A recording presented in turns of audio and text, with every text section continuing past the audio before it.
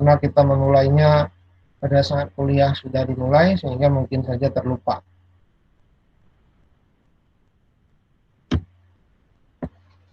Nah, di dalam satu kawasan hutan, pada saat kita ingin mendata bentuk tumbuh misalnya, life form, apa yang bisa kita lakukan?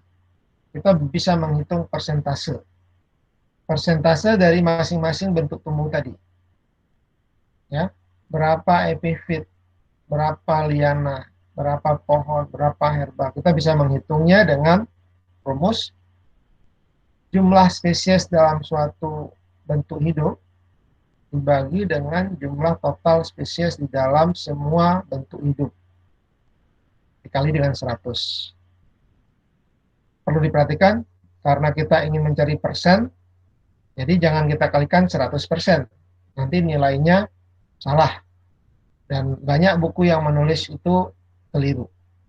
Kalau kita ingin mempersenkannya, berarti kita mengalikan dengan 100, bukan dikalikan dengan 100%. Karena nilai 100% adalah 1.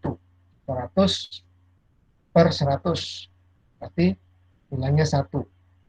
Tapi yang benar adalah dikali dengan 100. Kemudian, apalagi yang bisa kita data? Organisasi tropik dan rantai makanan. Ya, siapa yang menjadi produsen? Berapa banyak? Berapa jenisnya? Kemudian siapa yang mengkonsumsi tumbuhan atau makhluk yang berklorofil? Itu disebut dengan herbivora. Berapa yang memakan hewan lainnya, memakan tumbuh-tumbuhan, atau yang disebut dengan karnivora. Ya. Kemudian berapa jumlah hewan yang memakan karnivora lainnya. Tentu di dalam hukum alam ini, dalam organisasi tropik ini, jumlah yang pertama dimakan harus lebih banyak daripada yang memakan. Kenapa seperti itu? Jika jumlah yang memakan lebih banyak daripada jumlah yang dimakan, berarti kebutuhan makanannya tidak tercukupi. Maka harus selalu yang berukuran besar itu harus berada dalam jumlah yang lebih kecil. Organisasi tropik ini mengatur predator itu jumlahnya lebih sedikit dibandingkan dengan hewan-hewan yang dimangsanya. Jika seandainya predatornya meningkat, jumlahnya melebihi dari jumlah hewan yang dimakannya, maka ini kita simpulkan terjadi gejala gangguan ekosistem. Ya. Kemudian ada rantai makanan. Rantai makanan itu ada 2 jenis yang disebut dengan grazing food chain, atau dalam kategori tumbuhan herbivore dan carnivore. Kemudian detritus food chain. Jadi juga ada organisme kecil, ya, mikroorganisme yang memanfaatkan detritus untuk memangsa atau memakan bahan-bahan mati dari tumbuhan herbivore maupun karnivore lainnya. Kemudian kita bisa mempelajari jaring-jaring makanan atau jaring-jaring pangan.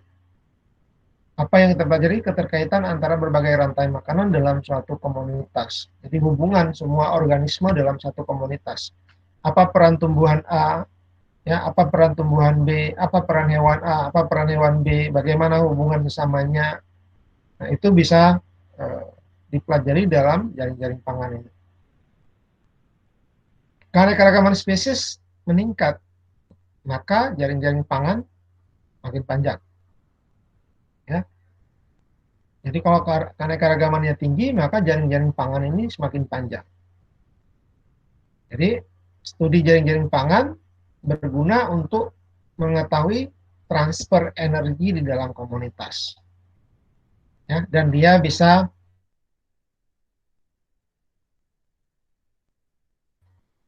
berhubungan bukan satu arah, bukan teratur, tapi bisa tidak teratur hubungannya. Sehingga itu yang kita gunakan pada saat kita ingin menyimpulkan ada misalnya ada taman buru ya. Ada taman buru berarti ada perizinan untuk berburu. Apa yang diburu? Tergantung jenis hewan yang ditetapkan. Bisa misalnya yang diburu itu babi hutan. Bisa yang diburu rusa. Tentu memburu babi hutan dan memburu rusa ini mungkin kepentingannya berbeda. Kapan diburu babi hutan?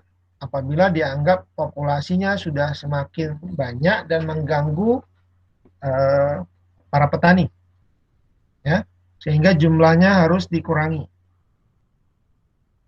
Siapa yang menentukan itu? Tentu pihak berwenang. Dalam hal ini adalah BKSDA. Bagaimana mereka menentukannya? Melakukan sampling. Ada metode capture recapture. Tangkap, menandakan, melepaskan, menangkap kembali, nanti dilihat yang ditangkap kembali itu yang tertangkap sudah punya tanda berapa banyak, sehingga bisa diprediksi berapa jumlah populasi dari masing-masing hewan tersebut. Kemudian kita bisa lihat juga memutuskan misalnya terjadi diizinkan adanya perburuan rusa. Nah, tentu kalau diburu jumlahnya banyak. Dan ditentukan masanya. Kapan masanya? Masa sedang tidak menyusui, masa sedang tidak bereproduksi. Ini masa-masa yang boleh untuk diburu.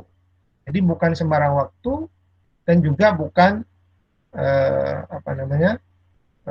setiap saat, ya. Jadi dia harus dipilih siklus kapan yang bisa digunakan untuk diizinkan berburu. Berapa jumlah hewannya yang diizinkan berburu? Bagaimana cara berburunya? Apakah semua hewan bisa diburu atau usia-usia tertentu saja yang bisa diburu? Nah, tentu secara konservasi yang bisa dimanfaatkan itu adalah yang sudah menuju akhir dari siklus hidupnya. Bukan yang kecil pun ditangkap. Ya. Salah satu kenapa pelarangan pemakaian pukat harimau. Pukat harimau itu pukat yang mata jaringnya sangat kecil, sehingga berbahaya kepada tertangkapnya ukuran ikan-ikan kecil, dan ditetapkan pukat harimau itu sebagai barang terlarang. Tujuannya untuk apa? Supaya tidak tertangkap ikan-ikan yang berukuran kecil. Nah, tadi sudah kita bahas tentang data kualitatif, sekarang adalah data kuantitatif. Hal yang bisa kita lakukan untuk mendapatkan data kuantitatif adalah melihat distribusi spasial, distribusi masing-masing tumbuhan tadi. Bagaimana dia tumbuh, apakah dia acak, tumbuh di mana-mana, tidak ada pola khusus, maka ini mencerminkan homogenitas habitat. Homogen, kondisi habitatnya itu apakah unsur haranya, apakah mataharinya, apakah kelembabannya cenderung sama di mana-mana. Dari mana kita bisa menyimpulkan? Karena tumbuhan yang hidup di sana cenderung tumbuhnya acak, tidak ada pola tertentu. Yang mengindikasikan berarti semua lokasi cocok untuk ditumbuhi oleh tumbuhan tersebut. Ada suasana yang kita bisa lihat terjadinya pengelompokan jenis tertentu. Kenapa mengelompok? Karena kebutuhannya sesuai dengan kondisi tempat dia berkelompok itu. Ada tumbuhan mengelompok di pinggir sungai. Berarti dia butuh kelembaban, butuh air yang lebih banyak. Ada tumbuhan yang mengelompok di daerah yang cahaya mataharinya banyak. Ya. Ada tumbuhan yang mengelompok karena memang berkembang biaknya melalui vegetatif. Nah, pada saat kita menemukan adanya tumbuhan yang sering tumbuh berkelompok, berarti kita bisa menilai kawasan itu cenderung heterogen. antara satu lokasi dengan lokasi lainnya itu tidak sama. Sehingga tidak bisa menghadirkan jenis tumbuhan yang apa namanya, yang bisa tumbuh di mana saja, ya. Tetapi ini kita bisa melihat kondisinya tumbuhnya berkelompok-kelompok. Berarti di tempat yang berkelompok itu sesuai dengan dia, di tempat dia tidak tumbuh berarti tidak sesuai dengan dia. Sehingga itu mencerminkan keragaman atau heterogenitas dari satu habitat. Kemudian ada yang tumbuhnya beraturan, regular atau uniform. Nah, ini sebenarnya cenderung jarang di alam, ya, cenderung jarang di alam. Dan ini lebih banyak pada hutan tanaman atau jenis-jenis lahan yang dikelola. Tetapi jika pun ada di alam, misalnya kita lihat seperti hutan pinus, seolah-olah dia tumbuh teratur, ya, seolah-olah dia tumbuh teratur. Maka ini mencerminkan adanya interaksi negatif antara individu, misalnya adanya persaingan terhadap unsur hara, ya, terhadap ruang, terhadap cahaya. Jadi dia mengatur jarak karena dia membutuhkan sumber hara yang banyak. Kalau dia berdekatan maka itu nggak akan cukup. Atau dia membutuhkan cahaya matahari yang melimpah. Kalau dia berdekatan di bawah kanopi itu tidak akan terpenuhi. Ini kondisi berarti kalau dia tersebar acak mencerminkan habitat yang homogen. Kalau mengelompok mencerminkan habitat yang heterogen. Kalau beraturan mencerminkan adanya interaksi negatif antar individu atau sering mereka bersaing. Nah, kenapa pinus itu hidupnya punya jarak tertentu? Karena pinus menghasilkan alelopati yang menghambat pertumbuhan jenis lain hidup di sekitarnya. Sehingga mereka tuh punya jarak tertentu yang tidak dipengaruhi oleh alelopati yang berasal dari tumbuhan lainnya. Sehingga teraturlah kehidupan mereka. Pada kenyataannya sebenarnya yang teratur itu adalah menunjukkan kondisi mereka saling bersaing satu dengan lainnya. Kemudian kita lihat faktor yang mempengaruhi pola distribusi spasial, ya. Yang pertama adalah vektorial dari aksi berbagai tekanan lingkungan luar. Jadi ada tekanan dari lingkungan, ada angin, ada aliran air, ada intensitas cahaya. Ini yang menyebabkan kebutuhan berbeda atau pemencaran berbeda atau penyebarannya berbeda-beda. Kemudian juga bisa juga disebabkan oleh reproduksi. Tadi saya katakan misalnya ada tumbuhan yang tumbuh secara vegetatif, berarti dia nggak mungkin tumbuh jauh dari induknya, pasti dekat dengan induknya. Tumbuhan yang berkembang biak secara generatif dengan bijinya dilengkapi sayap lagi, bisa terpencar kemana-mana. Ya,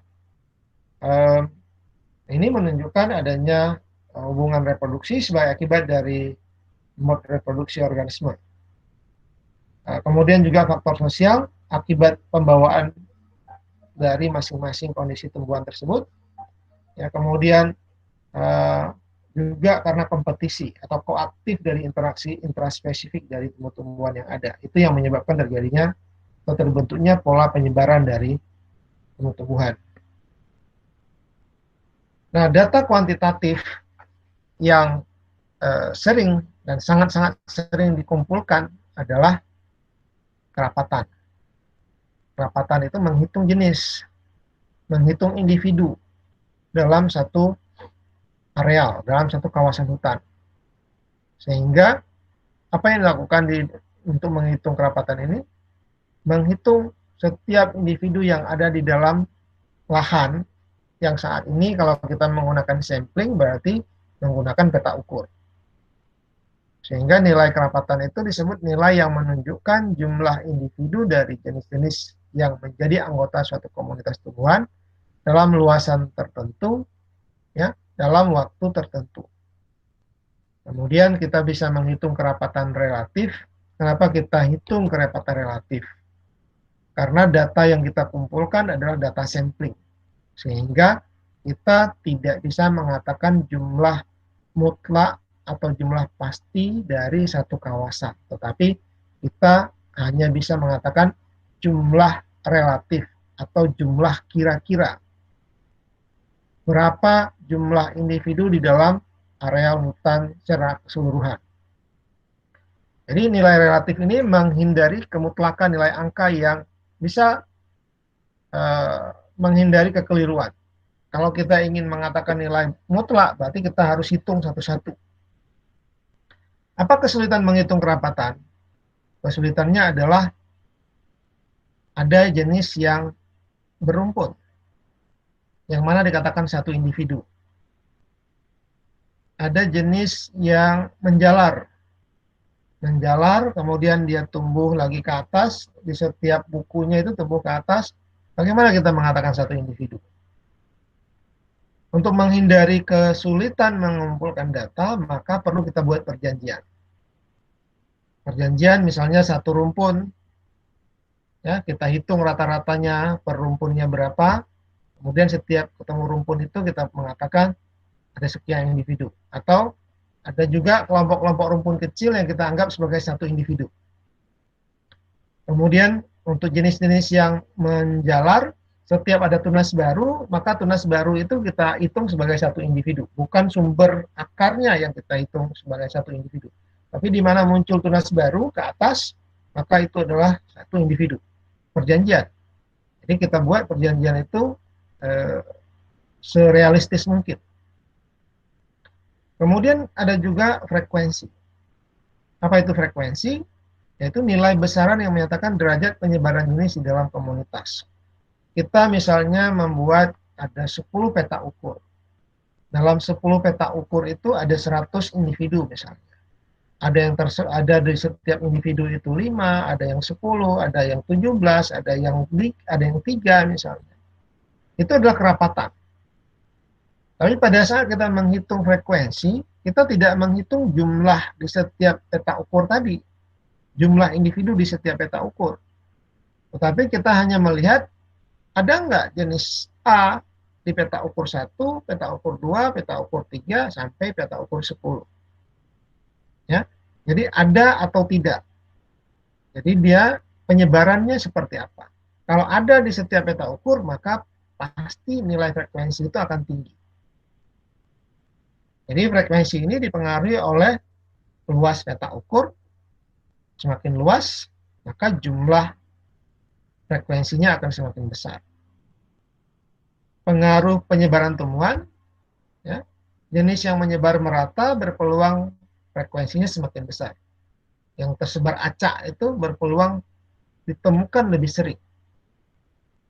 Kalau dia tersebar berkelompok, kemungkinan dia ditemukan jarang-jarang. Kemudian juga pengaruh ukuran jenis tumbuhan. Tumbuhan yang tajuknya sempit atau kanopinya sempit akan mempunyai peluang terambil lebih besar daripada luasan yang sama dibandingkan dengan tumbuhan yang memiliki kanopi yang lebih besar. Nah, nilai berikutnya yang bisa kita kumpulkan di dalam analisis vegetasi itu adalah nilai dominansi. Dominansi itu menyatakan penguasaan ruang. Ya, penguasaan ruang. Boleh satu individu, tapi penguasaannya besar, maka dia dominan di sana. Tidak dilihat dari jumlah individu untuk mengukur dominansi, tapi dilihat dari penguasaan luas arealnya. Berapa luas areal yang ditumbuhi? Kemampuan suatu tumbuhan untuk bersaing terhadap jenis tumbuhan lainnya. Apa yang diukur? Tutupan tajuk. Semakin lebar tutupan tajuk, berarti semakin mendominasi. Atau juga basal area, semakin besar batangnya, maka dia semakin mendominasi kawasan itu. Atau jumlah biomasa yang dihasilkan, semakin banyak biomasa yang dihasilkannya, berarti dia semakin menguasai, mendominasi tempat hidupnya. Atau volume dari kayu yang dihasilkan. Ya. Kemudian kita juga bisa menghitung tutupan tajuk tersendiri dengan cara memproyeksikan kanopi cover atau tajuk itu ke lantai hutan. Jadi kita melihat berapa besar kanopi itu menutupi tempat tumbuhnya.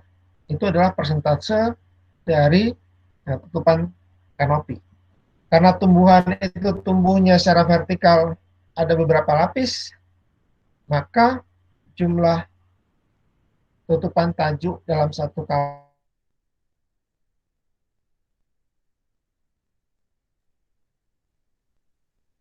kawasan nilainya boleh lebih besar dari ini. Ada yang di atasnya tertutup 20%, berarti di wilayah ini saja sudah 70% tertutup. Jadi demikian. Kemudian ada pengelompokan tutupan tajuk. Jadi kelas A itu tutupan tajuknya hanya 5% saja, kelas B 6-25%, kelas C 25-50%, kelas D 51-75%, dan kelas E 76-100%.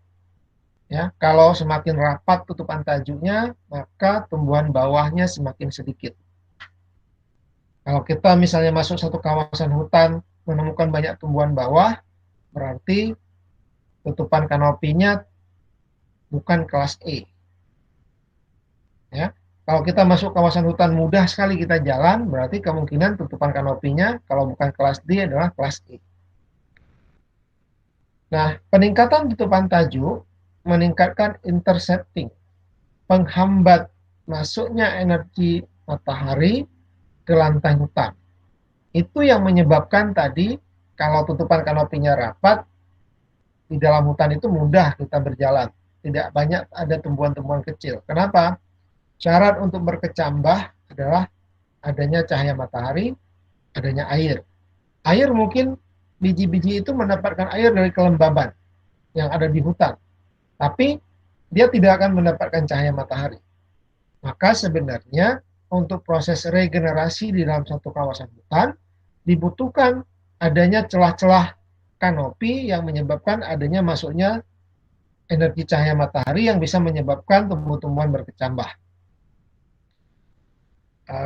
Untuk menghitung nilai penguasaan ruang ini juga bisa dihitung basal area atau LBDS yang bisa dilihat dari berapa besar pohon tadi.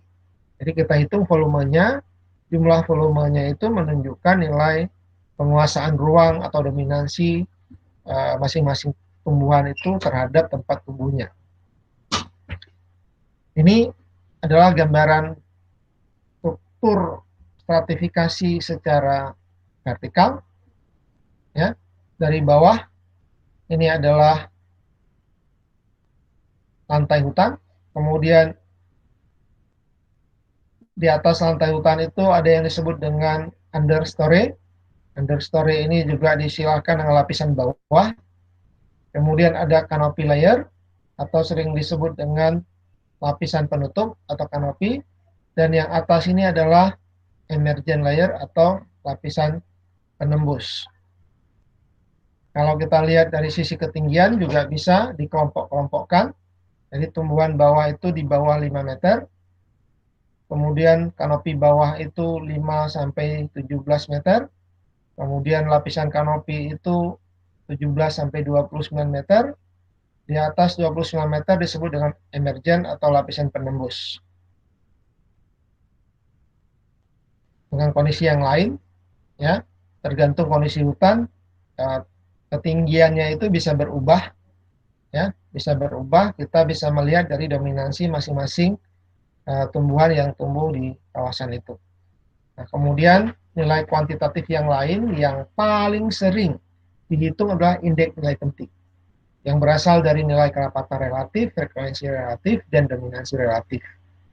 Kemudian karena masing-masing nilai relatif ini totalnya 100 dari nilai kerapatan relatif, 100 dari frekuensi relatif, 100 dari dominansi relatif, total indeks nilai penting sama dengan 300. Tetapi di sisi yang lain nanti kalau dua parameter yang ditambahkan totalnya 200. Sehingga untuk menyamakan pandangan kita terhadap nilai penting itu, bisa juga nilai penting yang didapatkan itu dibagi dengan jumlah pembagi ini. Sehingga kita bisa mencari perbandingan nilai penting atau sum dominant ratio. Hingga total nilai perbandingan nilai penting itu 1 sampai 100. Ya, 1 sampai 100. Jika seperti ini, ada suatu tumbuhan dominansinya kita katakanlah nilainya 10%. Nah, 10% itu bukan 1/10 dari 100, tapi